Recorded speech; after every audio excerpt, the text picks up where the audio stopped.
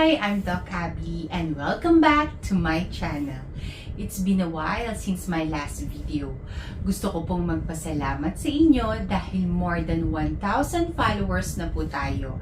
At dahil dyan, hindi lang po ako ang magbibigay ng medical advice po sa inyo. Makakasama po natin ang aking husband na si Doc Toch Casador.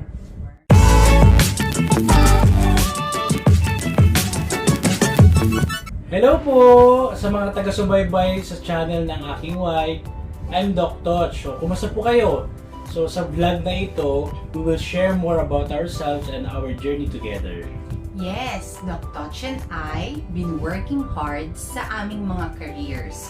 I focus on creating content, running a business, being a doctor, and a mom of 2 girls. At ako naman po ay isang family and community medicine doctor working at Mary Johnston Hospital and some clinics in Alabang. So busy kami pareho pero sobrang fulfilling, especially when we get to share it with all of you. Tama ka dyan, Doc Toch. Being in the medical field is challenging, but having each other makes it easier and more rewarding.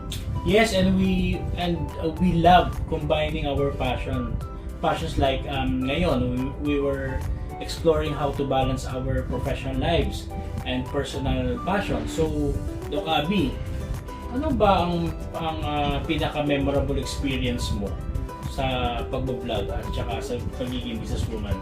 Marami, pero one that stands out is when I got to connect with our followers and answer their questions.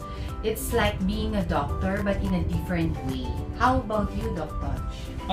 For me, the most memorable experience is helping a patient through a difficult time and seeing their recovery. It reminded me why I chose this path. That's beautiful, Doc Toch. Now, let's talk about something very interesting and beneficial. Ano ba yung pag-uusapan natin na yan? Ano ba yan? Ano bang vlog na ito? Ano bang topic natin ngayon? Okay, ang herbal medicine spotlight natin for today is malunggay.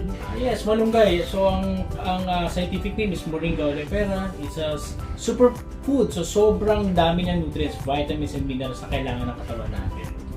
True, it's rich in vitamin C, A, and E. Plus, it has calcium, potassium, and protein. Ang ganda niyang isama sa daily diet natin. And it's great for boosting the immune system, improving digestion, and even helping with lactation for breastfeeding mothers. Correct. That's why I always make sure to include it in our meals. Healthy na, masarap pa. So we encourage you to try incorporating malunggay into your diet whether it's in soups, smoothies, or even a supplement. Actually, pwede rin sa kape. Pwede natin to i-dry for 3 days and then i-grind and ilagay sa coffee. We'd love to hear from you guys, so please comment down below your thoughts and questions about malunggay. So don't worry, you will make another video about the benefits of eating malunggay.